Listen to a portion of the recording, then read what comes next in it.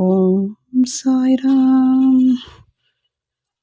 அத்தியாயம் 42. பாபா மகா சமாதி அடைதல். முன்பாகவே உணர்த்திய குறிப்பு. ராமச்சந்திர தாத்தா பாட்டில், தாத்யா கோத்தே பாட்டில் இவர்கள் மரணம் தவிர்த்தல், லக்ஷ்மிபாய் சிந்தேவுக்கு தர்மம் செய்தல், கடைசி நேரம். இந்த அத்தியாயம் பாபா மகா சமாதி அடைதலை விளக்குகிறது. முன்னுரை.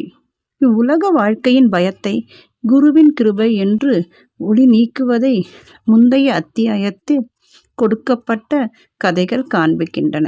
முக்திக்கு வழிவகுக்கின்றன.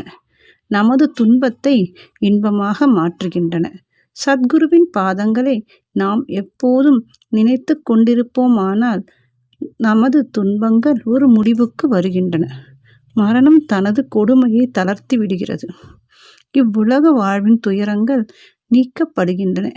எனவே தங்கள் நலத்தை விரும்புவோர்கள் தங்கள் மனங்களை தூய்மைப்படுத்தும் சமர்த்த சாயியின் இக்கதைகளை கேட்க வேண்டும்.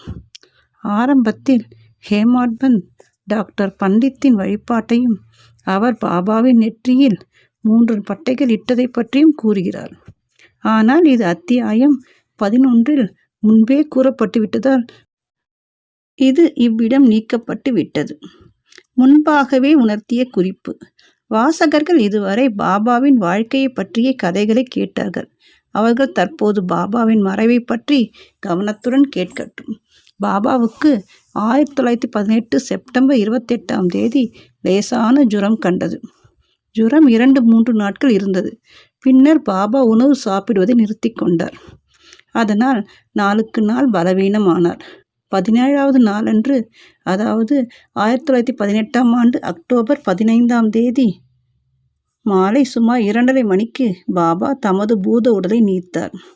தாதா சாஹேப் காப்பட்டேவுக்கு புரொஃபசர் நரகேயின் 1918 நவம்பர் 5 இடப்பட்ட கடிதம் ஸ்ரீ சாயிலீலா பத்திரிகையின் 1வது ஆண்டு பக்கம் 78 பார்க்க. இதற்கு 2 ஆண்டுகளுக்கு முன்னர், அதாவது 1916 பாபா தாம் இயற்கை எய்துவதை பற்றிய குறிப்பு ஒன்றை கொடுத்தார். ஆனால் அதை அவர்கள் அப்போது புரிந்து கொள்ளவில்லை. அது பின்வருமாறு. விஜயதசமி அன்று தசரா மாலையில் மக்கள் சிலகனிலிருந்து, சிலங்கன் என்பது கிராம எல்லைகளை தாண்டுதல், திரும்பி வரும்போது பாபா திடீரென்று கோபாபாசம் அடைந்து தமது தலை அணியையும் கஃப்னி, லங்கோடு முதலியவைகளை எல்லாம் கழற்றி அவைகளை கிழித்து அவருக்கு முன்னால் உள்ள துணியில் எறிந்தார். இந்த